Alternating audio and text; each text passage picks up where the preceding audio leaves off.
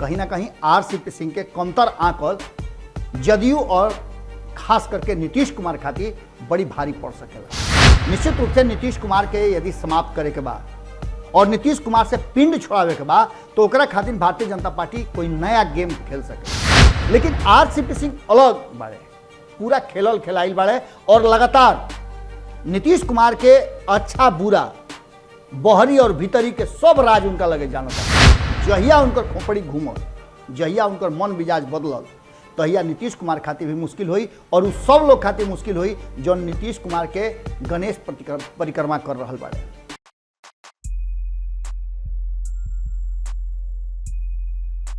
गोड़ा तनी हेरा से अभिनंदन बरुआ लोग के अपना चैनल जना के नाम हो खूटा ठोक के, और आज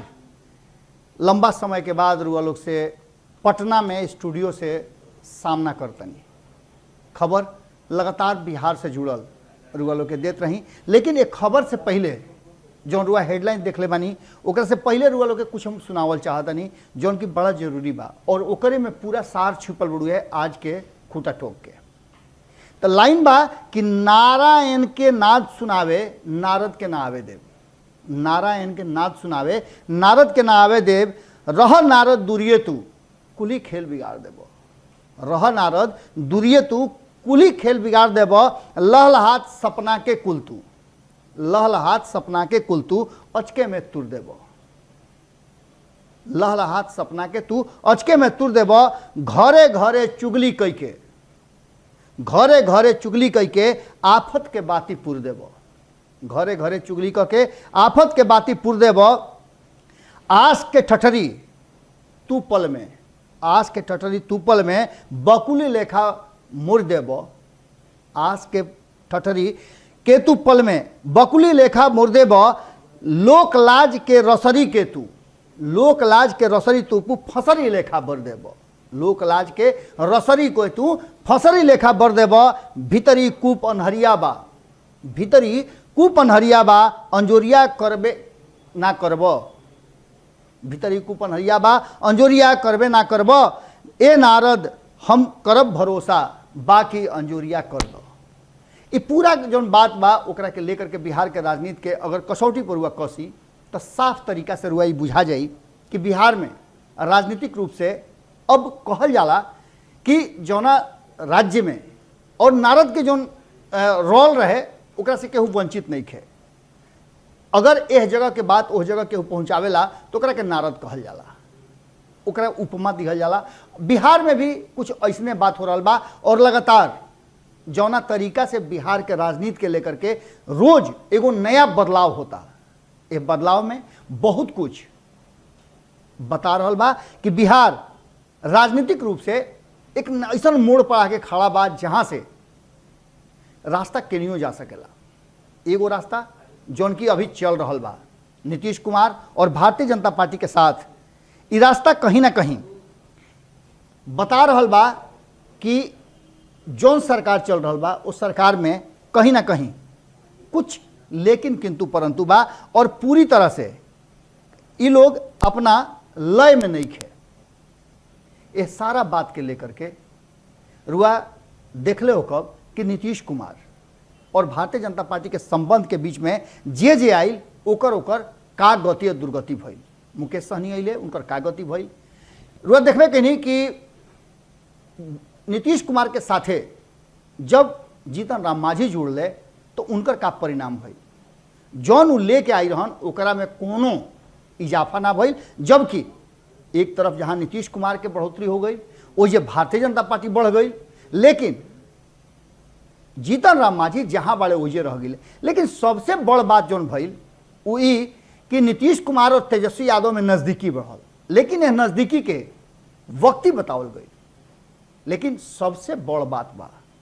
कि भारतीय जनता पार्टी नीतीश कुमार के अपना काहे बर्दाश्त करता, जबकि लगातार यह बात के चर्चा चल रहा बा कि भारतीय जनता पार्टी चाहता कि नीतीश कुमार भारतीय जनता पार्टी के सत्ता हस्तांतरित कर दे।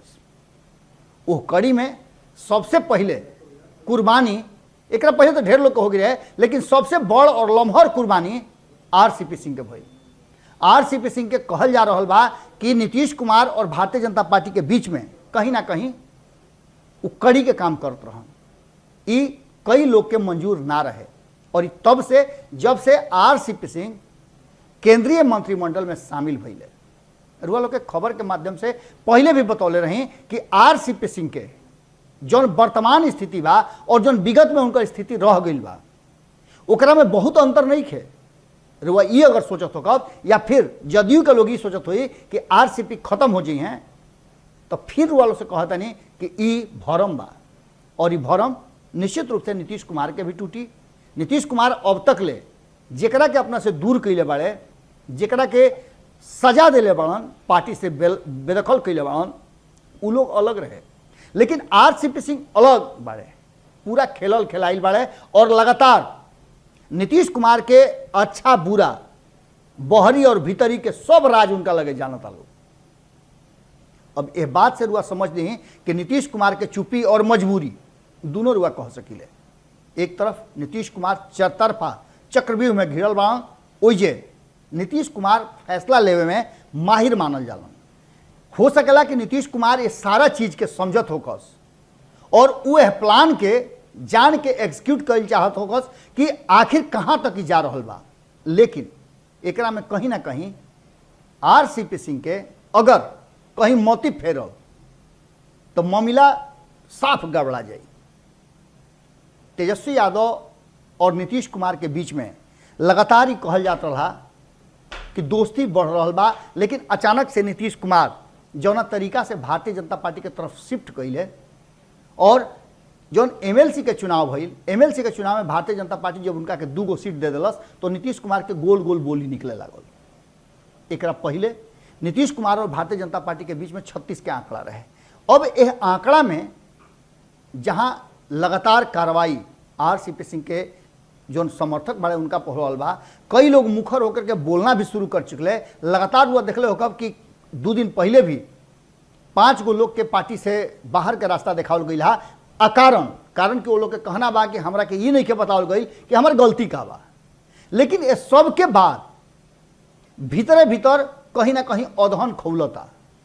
और जब अधन खौली तो निश्चित रूप से कुछ पाकी जरूर। बिहार के राजनीति में आरसीपी सिंह और उनका ग्रुप पूरा पाक रहल बा। आंकड़ा के हिसाब से रुआ देखी तो नीतीश कुमार के लगे 45 गो विधायक बा, एक साथ साथ 75 से 76 आरजेडी भी हो गई बा और ये दोनों आदमी मिल करके सरकार बना सकले, लेकिन भारतीय जनता पार्टी ऐसा होके ना दी। कारण कि भारतीय जनता पार्टी के भी सूत्र बाड़े, सोर्स बा, पावर बा, शक्ति बा, केंद्र में ओकर सत्ता बा, ऐसे नीतीश कुमार के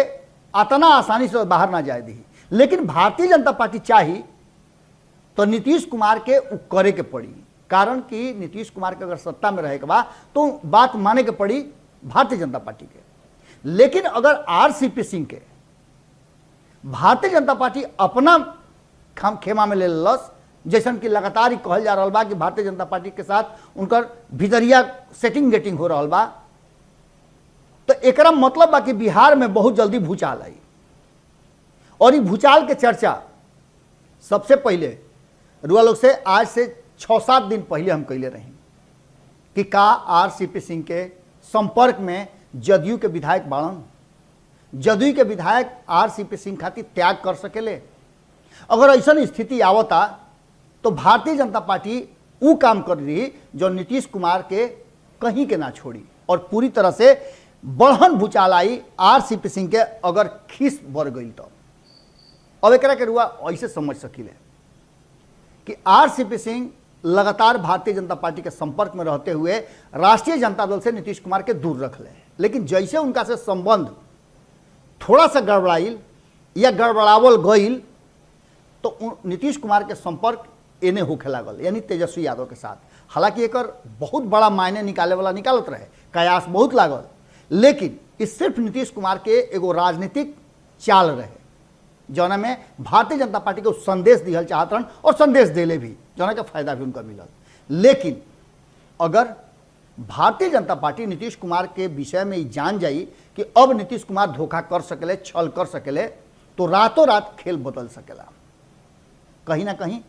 आरसीपी सिंह वही घड़ी मजबूत खूंटा ठोकी हैं और बिहार में सत्ता के परिवर्तन हो सकेला। आरसीपी सिंह संगठन में रहल बाड़े और संगठन के संगठित कैले बाड़न। इस चलते लोग उनका पक्ष में अगर बोलता पार्टी में रहते हुए या पार्टी से निष्कासित कैला के बाद, तो एक मतलब बा कि उनकर जड़ भीतर तकले बा।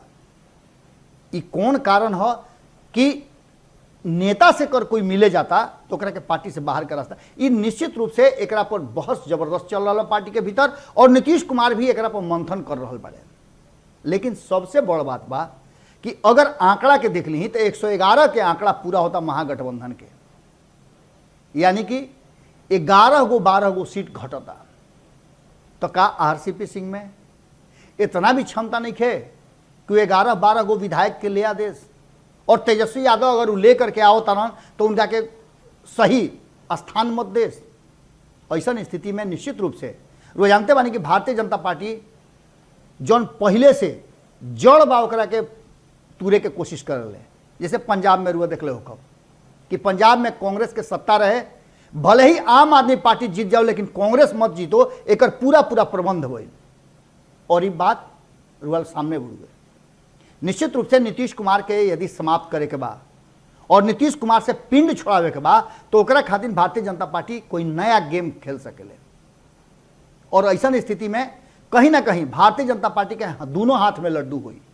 एक तो आरसीपी सिंह के जो जदयू के विधायक बा उनका के साथे लेकर के और तेजस्वी यादव के साथ मिलकर के सरकार बनवा सकेले, और दूसर का तरफ इहो हो सकेला कि जब इच्छा हुई भारतीय जनता पार्टी के सरकार गिरा करके और फिर से चुनाव करा सकेले। इस सारा खेल राष्ट्रपति चुनाव तक शांत बा। राष्ट्रपति चुनाव के बाद और एकरा साथ अगर आरसीपी सिंह के नरेंद्र मोदी अपना कैबिनेट में रख लेता रहे तो ये वह बात मान के चली कि आवे वाला भूचाल निश्चित रूप से अपन संकेत दे रहा बा। और इस संकेत अगर सबसे ज़्यादा केहू के बहा ले जाई, उड़ा ले जाई, तो नीतीश कुमार और उनका टीम बा। नीतीश कुमार अपना टीम के संगठित करे खातिर तैयार बाड़न, तैयारी करत भी बाड़न, लेकिन ओवर कॉन्फिडेंस अक्सर आदमी के घात कर देला। कहीं ना कहीं आरसीपी सिंह के कमतर आंकल जदयू और खास करके नीतीश कुमार खातिर बड़ी भारी पड़ सकेला। हालांकि जाल तो बहुत बुनाइल बा, लेकिन वो जाल में से कभी कभी देखले हो कब कि मछली काट के निकल जाले। आरसीपी सिंह वैसने मछली हवे जौन की जाल में फसल तो बढ़ले बाड़े, लेकिन जाल काटे के भी उनका में क्षमता बा। आरसीपी सिंह गुट से अगर वह बात करब, आरसीपी सिंह के समर्थक लोग से वह बात करब, तो वह सबके अंदाजा हो जाई। नाम ना बतावे के शर्त पर बहुत लोग बात कैल हा, और सबके कहना यह बा कि वक्त के इंतजार करी, वक्त से बलवान केहू ना होला। चाहे वो नीतीश कुमार होखस, ललन सिंह होखस, उपेंद्र कुशवाहा जो रोज सुबह सवेरे उठ के मांगत रहन इस्तीफा, इस सब लोग पर कहना बा कि सब लोग कभी ना कभी नीतीश कुमार के धोखा देले बा, झटका देले बा, और आवे वाला समय में भी नीतीश कुमार के झटका और धोखा देवे खातिर ही इस सारा प्रपंच रचाते हुए। अगर आरसीपी सिंह नीतीश कुमार के साथ रह गईले, धोखा ना कैले या पार्टी के विखंडित ना कैले, तो निश्चित रूप से एक बार फिर से नीतीश कुमार के सबसे बड़ा धोखा ये लोग दी। अब ये बात में कितना सच्चाई बा और आरसीपी के समर्थक कितना ये बात के लेकर के आसान्वित बनन, कितना पुख्ता उनकर भीतरिया खबर बा, ये अलग बात बा। लेकिन चर्चा जबरदस्त बा कि बिहार में आरसीपी सिंह के कमतर आंकल, और आरसीपी सिंह अगर खिसिया गईले जौन कि अभी तक एकदम बिल्कुल मुंह पर हंसी ले आके, भले उनका दुख तकलीफ बा लेकिन मुंह पर हंसी ले आकर के कहता रहे कि नीतीश कुमार हमारे नेता हवे, लेकिन जहिया उनकर खोपड़ी घूमल, जहिया उनकर मन मिजाज बदलल, तहिया नीतीश कुमार खातिर भी मुश्किल हुई, और उस सब लोग खातिर मुश्किल हुई जो नीतीश कुमार के गणेश परिक्रमा कर रहा बाड़े। एकरा में आवे वाला राष्ट्रपति के चुनाव तक और वो इंतजार करी, हमहू इंतजार करता नहीं। हालांकि हमनी के टीम लागल बा कि भीतर से खबर निकाल कर हुआ लोग के दी कि आखिर कैसन भूचाल के बाद आरसीपी समर्थक कर रहा बाड़े और कैसन भूचाल के चर्चा पटना से लेकर दिल्ली तक ले चल रहा बा। आज के खुटा ठोक में रुआ लोग से एजे विदा ले। कल फिर नया विषय के साथ रुआ लोग से जुड़ब, तब तक खातिर गोड़।